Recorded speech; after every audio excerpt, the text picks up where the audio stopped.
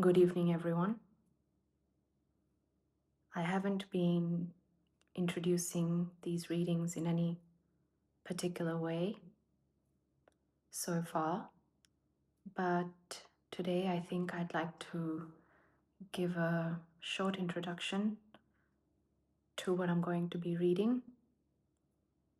This is a very short teaching by Dilgo Khyentse Rinpoche, who many of you will know as one of the greatest Tibetan Buddhist masters of the 20th century. And here Rinpoche is speaking about thoughts and how we should relate to them, what their true nature really is. And I find it particularly helpful in moments when your thoughts have a lot of power over you, when you identify with your thoughts, and when they are positive, you feel good. When they are negative, you feel terrible. And you think to yourself, this is me. These thoughts are mine. And so a teaching like this helps to shed some light on the truth of these thoughts and emotions, which we think are ours, which we claim as part of who we are. So, without further ado, freeing the mind and emotions. So this is a question and answer format teaching. And the first question goes, Your Holiness, emotions seem to be all-powerful and seduce us into believing that they are real. Will you please teach about this?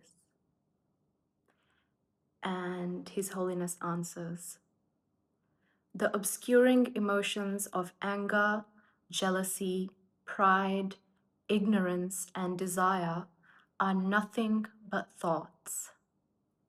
But what are thoughts? When you watch a thought, look to see if it has any substance or solidity. Does it have a color or shape?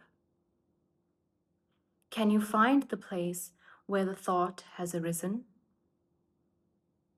Can you find a place where it dwells? Can you find where it has gone when it disappears from your mind? When a negative thought like anger arises, look to see whether the thought itself and the ground from which it arises are the same or different. Are they two things? Generally speaking, when you have many thoughts running through your mind, this is called movement. It is the moving aspect of the mind. Occasionally, there are fewer thoughts and the mind is quieter. This is called quiescence, the still aspect of the mind. When you are conscious of having either many thoughts or few thoughts, this is called awareness. You should try to practice always being cognizant of whether your thoughts are moving or still, and so on. Try to observe your mind in this way. Then, continuing with the investigation, look to see whether the known and the knower, the object of this investigation, and that which is investigating it, are two distinct things or the same. Meditate on the nature of your mind. After a few days, come back and tell me what you find. By then, you will have an answer. So now the person asking the questions has meditated for a few days and has gone back to His Holiness. Your Holiness, in the past few days, I've tried to meditate as you instructed, but I must be doing something wrong. When I analyze the nature of my mind with my eyes closed, it seems to manifest as shape and color. I find myself focusing on these colors and am beginning to think the nature of the mind, of my mind rather, is the color blue. When my eyes are open, this division seems to dissolve. At this, His Holiness laughs. You don't need to meditate with your eyes closed. If you look at the essence of mind with open eyes, the aspects of clarity and intelligence come forth. You can close your eyes during shamatha, calm abiding, when you want to stabilize or pacify your thoughts. But in the present case, as we are watching the nature of mind, it is more like vipassana, expansive vision or insight, in which you should just see all appearances as they are. And as you said, you can then see things without too much division or excessive distracted thought. Stay like this, seeing things but not entering into them with many elaborate thoughts. Try to remain in that state.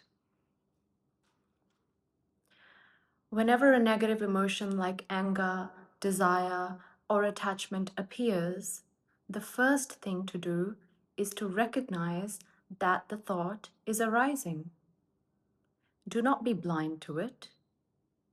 Once you have that recognition, you can watch it. Does it come from anywhere? Does it stay in any particular place? When it is no longer there, has it gone to any particular place? And as you investigate the thought, the only conclusion you can come to is that there is no such thing as this thought. That is, it has no form, no color, and so forth. You can examine each and every thought in this way. You may think that even though the thought has no substance, it still has a cause, something that is in some way permanent. For example, if the thought is one of hatred, you may think that it is caused by someone or something you don't like, something outside of yourself. This cannot be so because the enemy is also simply a concept, a thought that, if analyzed, just disintegrates. There is no entity that is intrinsically your enemy. Moreover, how can something external be the true cause of your anger, which is inside you? When you come to the conclusion that the thought is empty, remain in that emptiness. If, however, the emotion is strong and intractable and doesn't disappear, then look once again. Does it have any color or shape? Is there any place where it resides? In the end, there can be no option other than to return to emptiness. Remain in this emptiness. This is what you should do. Come back again after some time and tell me your experience. Then we will continue the teaching. And so the teaching with the Chapja Dilgo Khyentse Rinpoche concludes. And this is a very short and very beautiful teaching from this book, which is called Sacred Voices. And it has been put together by two students, two practitioners, Sandra Scales and Katherine Alexandrei. And there are some beautiful pictures in this volume. And most of the, well, I think all of the masters who have been included in this particular book are Nyingma masters.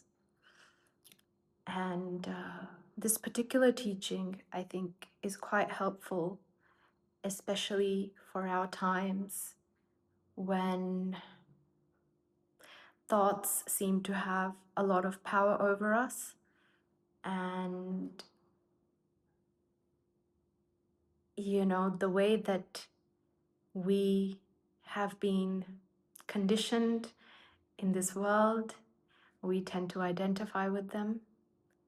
We tend to think that all of the thoughts, all of this chatter of the mind is what comprises me, myself, my identity, my personality. And so to be able to follow these instructions and really look at your thoughts and your emotions and see that they are illusory, that they are empty, is very, very beneficial. It is certainly the case for me, and I hope that this short reading will also help you in some way.